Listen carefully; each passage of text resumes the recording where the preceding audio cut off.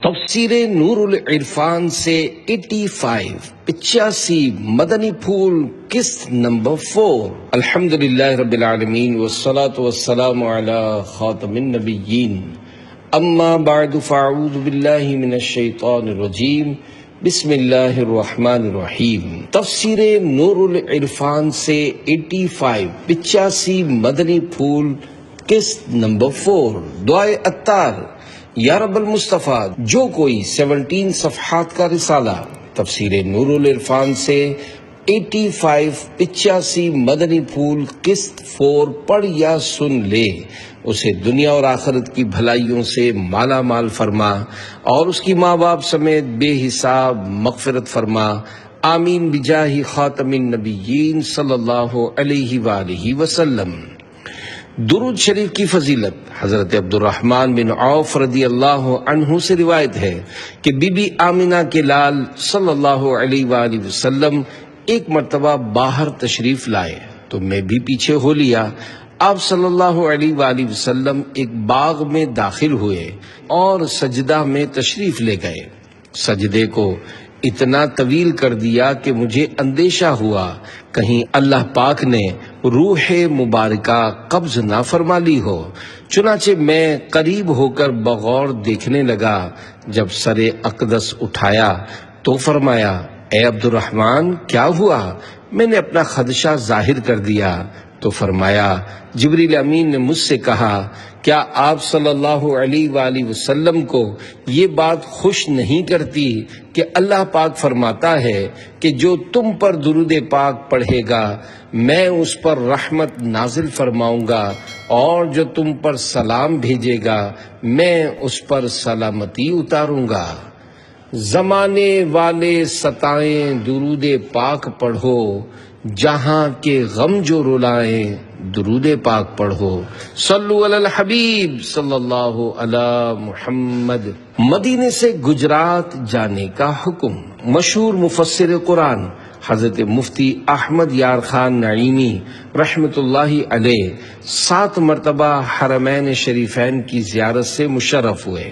ایک مرتبہ حج کے بعد لمبے عرصے تک مدینہ منورہ کی پرکیف اور نوربار فضاؤں میں اپنی زندگی کے حسین ایام گزارے۔ دل میں یہ خواہش مچلنے لگی کہ کاش کوئی ایسی صورت نکل آئے کہ ہمیشہ کے لیے اسی پاک سرزمین پر رہنا نصیب ہو جائے۔ مسجد نبوی شریف کے قریب رہنے والے ایک صاحب کو خواب میں حضور صلی اللہ علیہ وآلہ وسلم کی زیارت نصیب ہوئی اور یہ حکم ملا، احمد یار خان سے کہو کہ وہ گجرات جائیں اور تفسیر کا کام کریں۔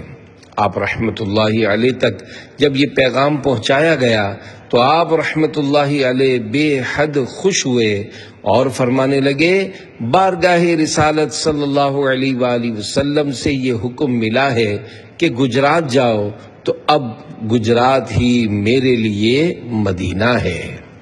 مدینے کا کچھ کام کرنا ہے سید، مدینے سے میں اس لیے جا رہا ہوں۔ عاشق صادق مفتی احمد یار خان نعیمی رحمت اللہ علیہ، حکیم الامت، سچے عاشق رسول، عالم بعمل، صوفی باصفا، مفسر قرآن حضرت مفتی احمد یار خان رحمت اللہ علیہ کے مبارک نام سے کون سا عاشق رسول متعارف نہیں۔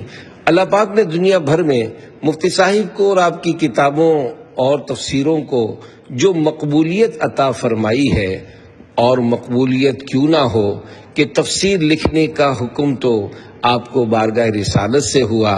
مفتی صاحب کی مشہور 2 تفاسیر ہیں، نمبر 1 تفسیر نور العرفان، نمبر 2 تفسیر نعیمی۔ یہ مکمل تفسیر مفتی صاحب کی نہیں ہے۔ 11 پاروں کی تفسیر لکھنے کے بعد آپ رحمت اللہ علیہ کا انتقال ہو گیا۔ حضرت مفتی احمد یار خان نعیمی رحمت اللہ علیہ اپنے وقت کے بہت بڑے عالم دین اور محدث تھے۔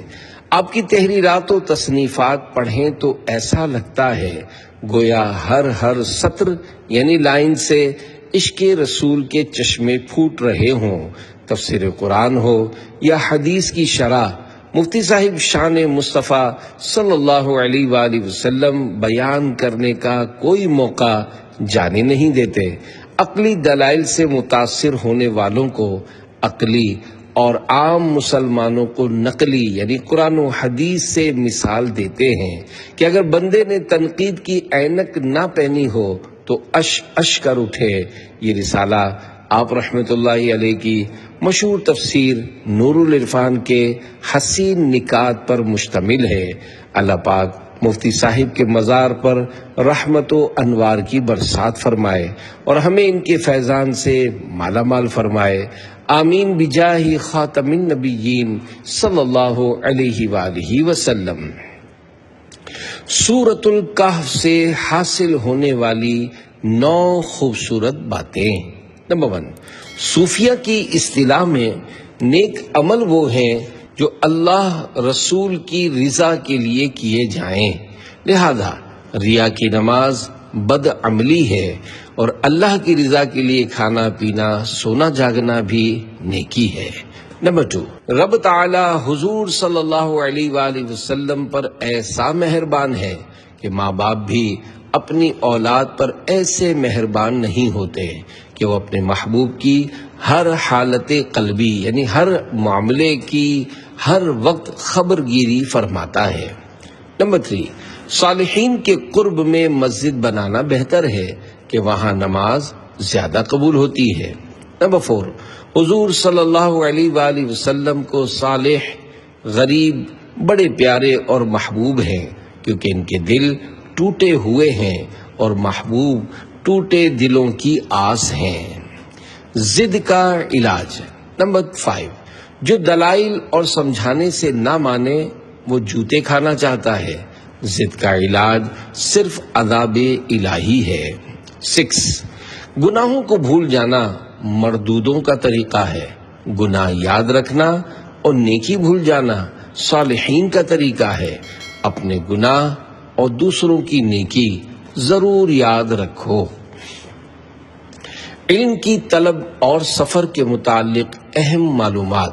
7، طلب علم کے لیے سفر کرنا سنت پیغمبر ہے۔ استاد کے پاس جانا، اسے پڑھانے کے لیے گھر نہ بلانا سنت ہے۔ علم کی زیادتی چاہنا بہتر ہے۔ سفر میں توشہ یعنی سامان ساتھ رکھنا اچھا ہے۔ سفر میں اچھا ساتھی ہونا بہتر ہے۔ استاد کا ادب کرنا ضروری ہے۔ استاد کی بات پر اعتراض نہ کرنا چاہیے۔ علم صرف کتاب سے نہیں آتا، استاد کی صحبت سے بھی آتا ہے۔ بزرگوں کی صحبت کیمیا کا اثر رکھتی ہے۔ ایک معمولی لوہا کاریگر کا ہاتھ لگنے سے قیمتی اوزار بن جاتا ہے۔ ایک معمولی انسان کامل صحبت سے شان والا بن جاتا ہے۔ 8، کل 4 بادشاہ تمام دنیا کے مالک ہوئے، 2 مومن حضرت سلیمان علیہ السلام اور سکندر ذوالقرنین رحمت اللہ علیہ، 2 کافر بخت نصر اور نمرود۔ ذوالقرنین اسی لیے کہتے ہیں کہ آپ نے سورج کے دونوں قرنوں یعنی مشرق و مغرب کی سیر فرمائی۔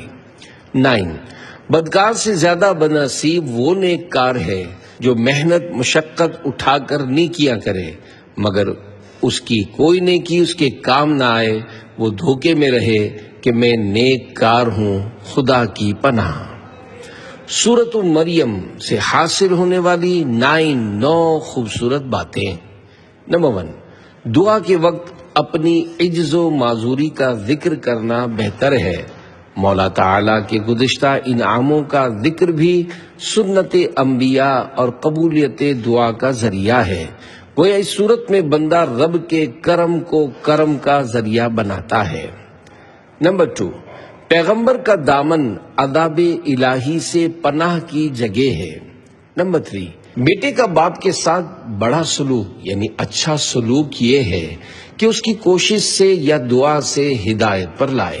4، عبادت الہی سے بد نصیبی دور ہوتی ہے، خوش نصیبی حاصل ہوتی ہے۔ 5، نمازوں میں سستی تمام گناہوں کی جڑ ہے۔ اس سستی کی کئی صورتیں ہیں: نماز نہ پڑھنا، بے وقت پڑھنا، بلا وجہ بغیر جماعت پڑھنا، ہمیشہ نہ پڑھنا، ریاکاری سے پڑھنا وغیرہ۔ 6، رب کی شان کے کفار نے بھی اپنے کسی بت کا نام اللہ نہ رکھا تھا۔ جب نام میں بھی کوئی رب کا شریک نہیں تو کام میں کیسے شریک ہو سکتا ہے؟ اللہ تعالیٰ نے حضور صلی اللہ علیہ وآلہ وسلم سے پہلے کسی نبی یا ولی کا نام محمد نہ رکھا۔ حضور صلی اللہ علیہ وآلہ وسلم کا یہ مبارک نام بھی اچھوتا یعنی انوکھا رکھا۔ 7، قیامت میں کافروں کی حاضری ایسی ہوگی جیسے مجرم کی حاضری حاکم کے سامنے، اور مومنوں کی حاضری ایسی ہوگی جیسے معزز مہمانوں کی حاضری مہربان میزبان کے سامنے۔ حاضری ایک ہے مگر نوعیت میں فرق۔ 8، رب کے لیے اولاد ثابت کرنا اتنا بڑا گناہ ہے کہ اگر اللہ تعالیٰ اس پر غضب فرما دے تو آسمان پھٹ جائیں، پہاڑ ٹکڑے ہو جائیں۔ 9، ولی کی علامت یہ ہے کہ خلقت یعنی مخلوق اسے ولی کہے اور اس کی طرف قدرتی طور پر دل کھینچیں۔ سورۃ طٰہٰ سے حاصل ہونے والی 4 خوبصورت باتیں۔ نمبر 1، عشق و ادب میں جب مقابلہ ہو تو عشق غالب آتا ہے، کیونکہ ادب کا تقاضا ہے کہ بات چھوٹی کی جائے، مگر عشق کا تقاضا ہے کہ محبوب سے لمبی گفتگو کرو تاکہ دیر تک ہم کلامی قائم رہے۔ 2، جادو میں حقیقت نہیں بدلتی بلکہ دیکھنے والے کے خیال اور آنکھ پر اثر ہوتا ہے۔ 3، داڑھی ایک مشت ہونی چاہیے یعنی 4 انگل جو پکڑنے میں آ سکے، یہی سنت انبیاء ہے۔ 4، قیامت میں کفار کی چند کھلی علامتیں ہوں گی، منہ کالا، آنکھیں نیلی، ہاتھ بندھے ہوئے، نامہ اعمال بائیں ہاتھ میں، جبکہ مومن کا حال اس کے برعکس یعنی الٹ ہوگا۔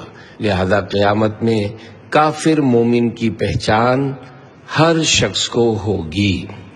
سورۃ الانبیاء سے حاصل ہونے والی 13 خوبصورت باتیں۔ نمبر 1، جو اعلانیہ طور پر یعنی کھلم کھلا حضور صلی اللہ علیہ وآلہ وسلم کو اپنے جیسا بشر کہے وہ کفار سے بدتر ہے، نیز نبی کو اپنے جیسا بشر کہنا تمام کفریات کی جڑ ہے، تمام کفر اس کی شاخیں ہیں۔ 2، دینی امور سے بے علمی جرم ہے، ان کا سمجھنا فرض ہے۔ 3، رب تعالیٰ ایمان کی بنا پر مومن گناہ گار سے بھی راضی ہے کیونکہ شفاعت گناہ گاروں کی بھی ہوگی۔ 4، فرشتے باوجود معصوم ہونے کے ہیبت الہی یعنی اللہ پاک کے ڈر سے کانپتے ہیں۔ خیال رہے کہ خشیت عظمت کے خوف کو کہتے ہیں اور اشفاق رب کی بے نیازی کے خوف کو۔ رب سے ڈرنا رکن ایمان ہے جو انبیاء، اولیاء، فرشتے سب کو حاصل ہے، بلکہ جتنا ایمان قوی اتنا ہی خوف زیادہ۔ 5، ہر حیوان پانی سے زندہ ہے یا نطفے سے پیدا ہوا، سب کی اصل پانی ہے، حتیٰ کہ زمین و آسمان بھی پانی سے بنے۔ آسمان پانی کی بھاپ ہے اور زمین پانی کی جھاگ۔ 6، صوفیہ کرام رحمت اللہ علیہ فرماتے ہیں کہ 1 ساعت یعنی لمحہ بھر کی فکر محاسبہ 1000 سال کے اس ذکر سے افضل ہے جو بغیر فکر کے ہو۔ 7، عاشقوں کے لیے موت کا مزہ لذیذ ہے اور غافلوں کے لیے سخت بدمزہ۔ موت ریل کی طرح کسی کو محبوب تک اور کسی کو جیل تک پہنچاتی ہے۔ 8، پیغمبر پر احکام سنا دینا لازم ہے، دل میں اتارنا لازم نہیں، یہ رب کا کام ہے۔ جو واعظ سے نفع حاصل نہ کرے وہ بہرا ہے، اندھا ہے، مردہ ہے، اگرچہ بظاہر اس میں سب قوتیں موجود ہیں۔ 9، ابراہیم علیہ السلام کی والدہ مومنہ تھیں، کسی نبی کی ماں مشرکہ نہ ہوئیں۔ آپ کے والد طارق اور چچا آزر تھے۔ آزر اس دن ہلاک ہوا جس دن آپ علیہ السلام کو نمردی آگ میں ڈالا گیا، اسی آگ کے ایک شعلے نے اسے یعنی آزر فنا کر دیا۔ آپ نے اس کی ہلاکت کے بعد کبھی اس کے لیے دعائے مغفرت نہ کی اور اپنے والدین کے لیے دعائے مغفرت کی جبکہ آپ صاحب اولاد ہو چکے تھے۔ 10 حضرت سلیمان علیہ السلام کے حکم سے ہوا چلتی تھی، لہذا یہ کہا جا سکتا ہے کہ حضور صلی اللہ علیہ وآلہ وسلم کے حکم سے چاند پھٹا، سورج واپس ہوا، حضور صلی اللہ علیہ وآلہ وسلم کے حکم سے بارشیں ہوئیں وغیرہ۔ یہ حکم عطا خدا بندی سے ہے۔ 11 اپنی حاجت پیش کرنا بھی دعا ہے اور رب کی حمد و ثنا بھی دعا ہے۔ دعا میں رب کی حمد ضرور کرنی چاہیے۔ 12 جو مقبول دعا ہونا چاہے وہ یہ 3 کام کرے۔ نمبر 1 نیکیوں میں دیر نہ لگائے۔ نمبر 2 ہر وقت رب سے دعائیں مانگے۔ اور 3 رب کے حضور عاجزی اور انکساری کرے۔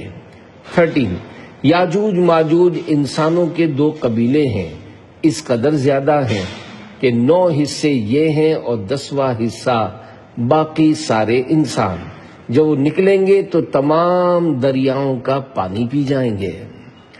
سورۃ الحج سے حاصل ہونے والی 15 خوبصورت باتیں۔ نمبر 1 ماں کا پیٹ تمہارے لیے جائے قرار یعنی سکون حاصل کرنے کا مقام نہ تھا، عارضی مقام تھا۔ ایسے ہی دنیا جائے قرار نہیں، جائے فرار بھاگ جانے کی جگہ ہے۔ تمہیں ماں کے پیٹ میں بدن کامل کرنے یعنی مکمل جسم بنانے کو رکھا اور دنیا میں روح کامل کرنے کو ٹھہرایا۔ 2 جوانی بلوغ سے لے کر 30 سال کی عمر تک ہے جس میں عقل کامل ہوتی ہے۔ 3 ایمان جنت میں داخلے کا سبب ہے اور اعمال وہاں کی نعمتوں کا اور درجات کا باعث ہیں۔ 4 زمین و آسمان کی ساری مخلوق حضور صلی اللہ علیہ وآلہ وسلم کی نظر میں ہے اور سب کی عبادات و اعمال حضور دیکھ رہے ہیں۔ حضور صلی اللہ علیہ وآلہ وسلم خود فرماتے ہیں کہ مجھ پر تمہارے رکوع سجود، تمہارے خشوع و خضوع چھپے نہیں، یعنی قیامت تک کے ہر مومن کی حرکت سے خبردار ہیں۔ 5 آگ کے کپڑے، کھولتے پانی کا غسل، کھولتا پانی پینا، لوہے کے گرزوں یعنی ایک ہتھیار جو اوپر سے گول موٹا اور نیچے سے پتلا ہوتا ہے سے مار پڑنا کفار کا عذاب ہے۔ رب تعالی مومنوں کو اس سے محفوظ رکھے گا۔ بعض گناہگار مومن دوزخ میں اپنے گناہوں سے پاک و صاف ہونے جائیں گے جیسے آگ میں گندا اور میلا سونا۔ 6 آدم علیہ السلام نے اولاً کعبہ بنایا جو طوفان نوح کے وقت غائب ہو گیا۔ پھر حضرت ابراہیم علیہ السلام کو تعمیر کعبہ کا حکم ہوا۔ 7 مسجدوں میں جھاڑو دینا، انہیں صاف ستھرا رکھنا، وہاں کی زینت کرنا سنت ابراہیمی اور اعلیٰ درجے کی عبادت ہے۔ 8 نبی کا معجزہ یہ بھی ہے کہ ان کی آواز مشرق و مغرب میں پہنچ جائے اور موجود و معدوم یعنی ناموجود سب سن لیں۔ یہ کرامت بعض اولیاء سے بھی ظاہر ہوتی ہے۔ 9 حضور صلی اللہ علیہ وآلہ وسلم ہمیشہ مدینہ پاک میں قربانی کرتے تھے۔ 10 اسلام سے پہلے بھی دوسری امتوں پر قربانیاں تھیں، یہ بڑی پرانی عبادت ہے۔ 11 قربانی کی گائے، اونٹ سجانا، انہیں گھمانا سب جائز ہے کہ یہ شاعر اللہ یعنی اللہ کی نشانیوں کی تعظیم ہے۔ قربانی کے آداب۔ 12 شاعر اللہ کی تعظیم ایمان کی اصل ہے۔ قربانی کی تعظیم یہ ہے کہ اسے خوب فربا یعنی موٹا تازہ کرے، خوشی سے ذبح کرے، بلا ضرورت اس پر سوار نہ ہو، اس کا دودھ نہ پیے، ذبح کے بعد اس کا گوشت تبرکن کھائے۔ 13 اولیاء اللہ کے آستانوں پر حاضری دینی چاہیے تاکہ وہاں کی رونق دیکھ کر نیک اعمال کا شوق پیدا ہو۔ خوف پیدا کرنے کے لیے کفار کے عذاب کی جگہ جاؤ، امید حاصل کرنے کے لیے صالحین کی قبروں پر جاؤ جہاں رحمتیں اتر رہی ہیں۔ 14 کفار کے پاس بصارت تو ہے مگر بصیرت نہیں، بصارت دماغ کی آنکھوں میں اور بصیرت دل کی آنکھوں میں ہوتی ہے۔ بصیرت پر ہدایت کا مدار ہے، بصیرت کا سرما اللہ کا ذکر ہے۔ 15 چہرہ دل کا آئینہ ہے، دل کے آثار چہرے پر نمودار ہوتے ہیں۔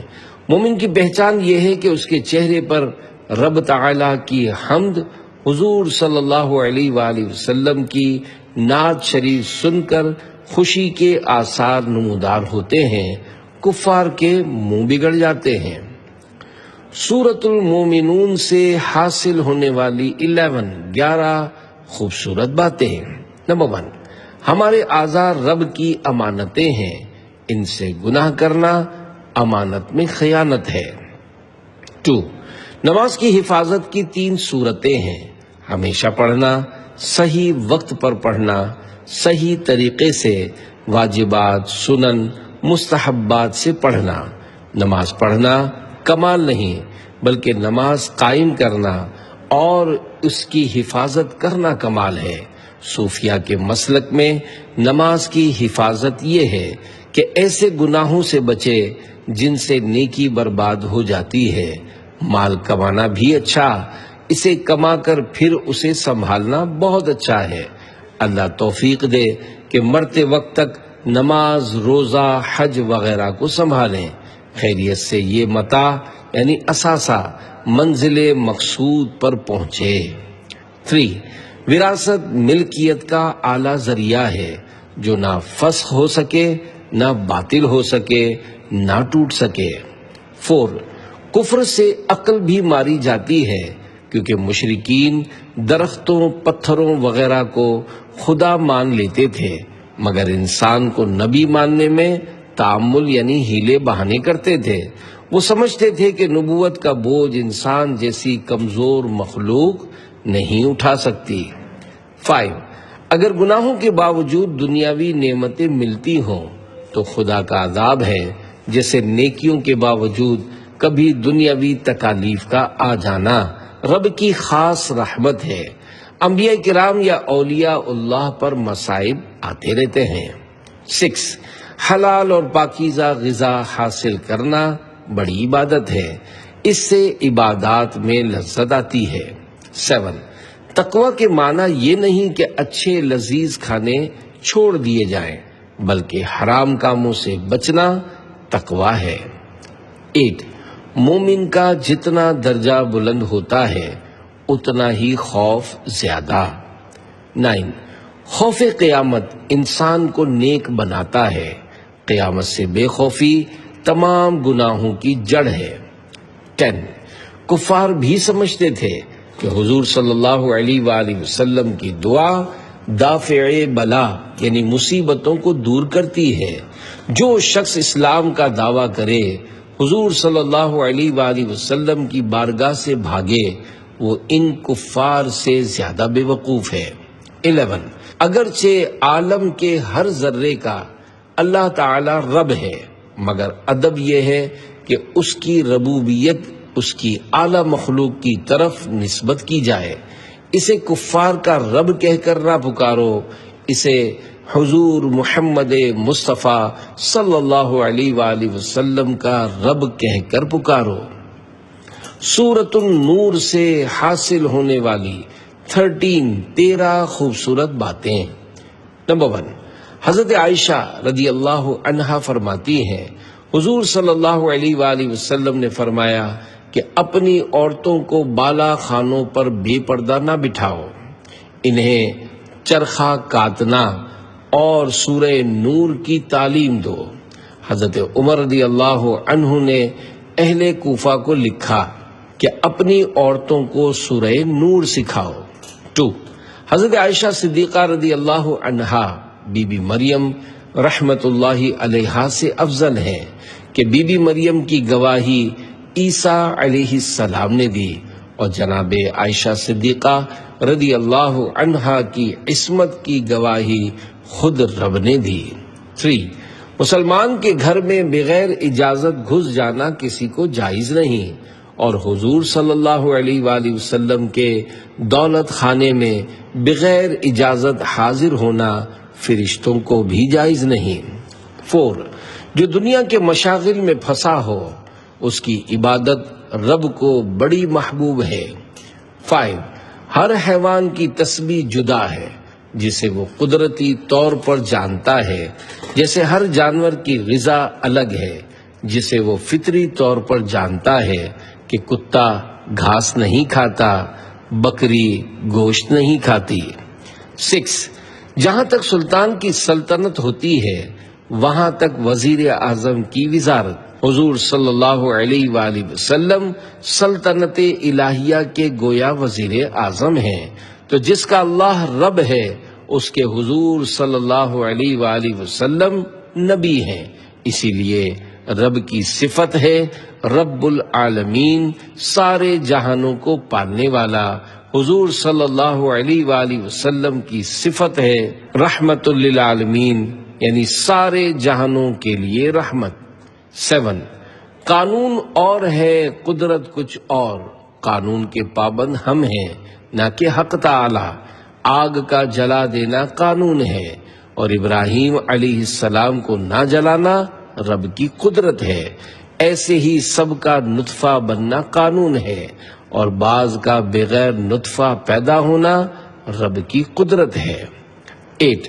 جنات کے 4 ہاتھ پاؤں ہیں مگر وہ انسانوں کی طرح 2 پاؤں سے چلتے ہیں اور بچے دیتے ہیں۔ 9. اللہ و رسول کی مطلقاً اطاعت کرو، ان کا ہر حکم مانو۔ حضور مطاع مطلق ہیں، یعنی ان کا ہر حکم بہرحال ماننا ضروری ہے۔ آپ کے سوا اور بندے کی اطاعت مطلقاً ہر حال میں لازم نہیں، بلکہ جائز حکم قابل اطاعت ہیں، ناجائز ناقابل اطاعت۔ یہ بھی خیال رہے کہ اطاعت اللہ تعالی کی بھی ہوگی، رسول اللہ کی بھی، اور حاکم و عالم کی، مگر اتباع صرف حضور صلی اللہ علیہ وآلہ وسلم کی ہوگی۔ 10.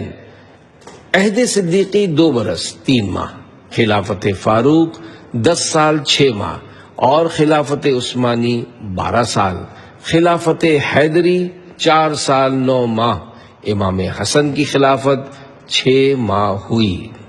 11. اپنے گھر میں جوان بیٹی، ماں وغیرہ ہوں تو خبر کر کے داخل ہو، ہاں اگر صرف بیوی ہو تو بلا اذن یعنی بغیر اجازت بھی داخل ہو سکتا ہے کہ بیوی سے کوئی حجاب یعنی پردہ نہیں۔ 12.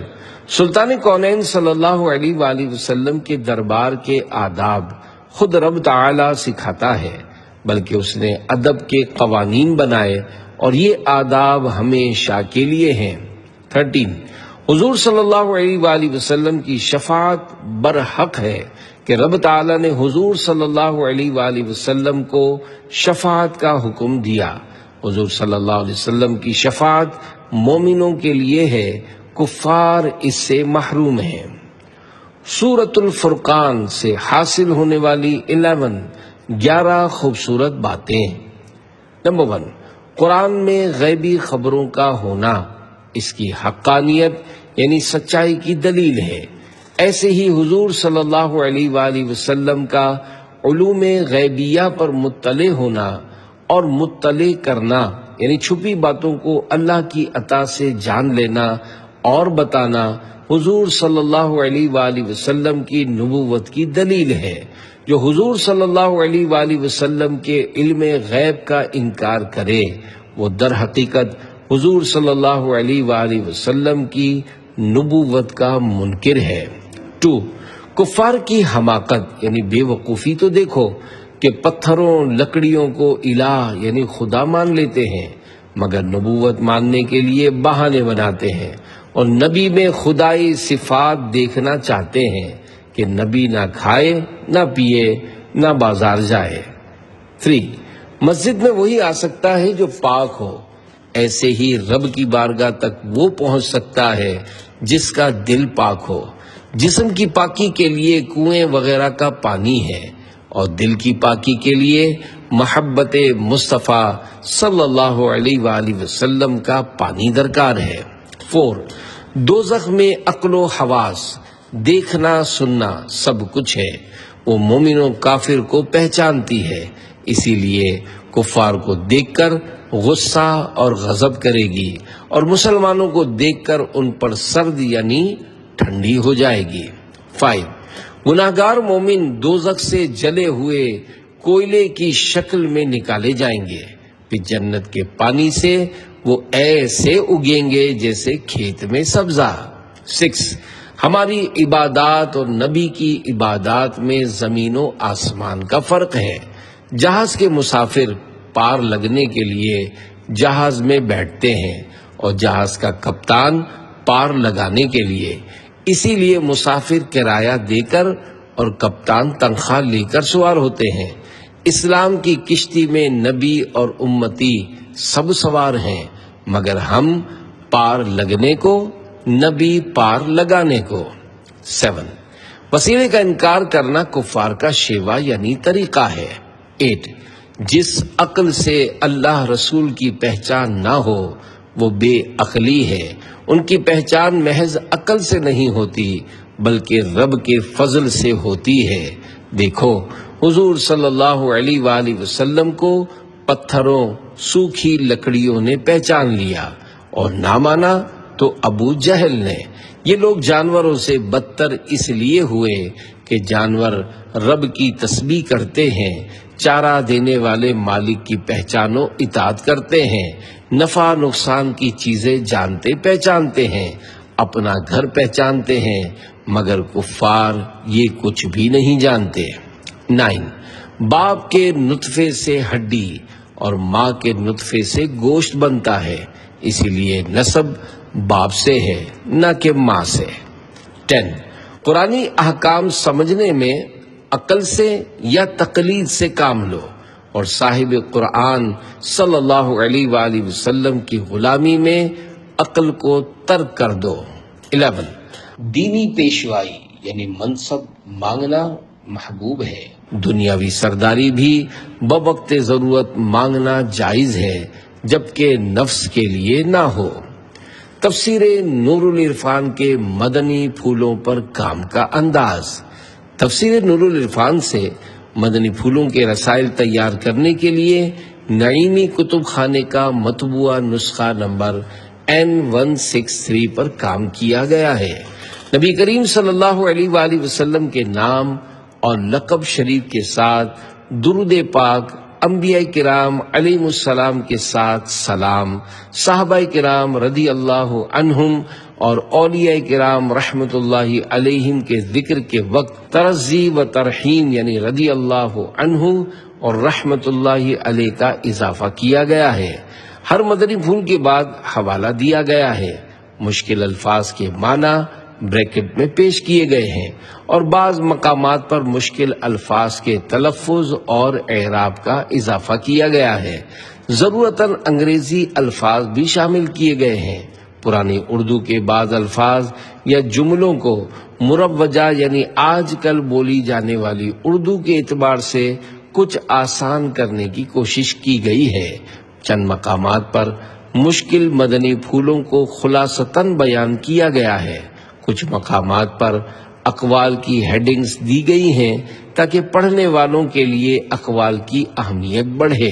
مفتی صاحب رحمت اللہ علیہ نے کئی مقامات پر تفسیری نکات بیان کرتے ہوئے ضمناً احادیث مبارکہ بیان کی ہیں۔ پڑھنے والوں کے ذوق کے لیے ان احادیث مبارکہ کی تخریج بھی کی گئی ہے۔ چند مواقع پر موضوع کی مناسبت سے پڑھنے والوں کو نیکیوں کی ترغیب دلانے وغیرہ کے افادات شعبہ ہفتہ وار رسالہ مطالعہ کی طرف سے شامل کیے گئے ہیں۔ صرف ایسے نکات مدنی پھولوں کو باقی رکھا گیا ہے جو جداگانہ طور پر ایک قول ہے۔ ایسے اقوال جن کو سمجھنے کے لیے آیت مبارکہ کی ضرورت ہو انہیں رسالے میں شامل نہ کرنے کی کوشش کی گئی ہے۔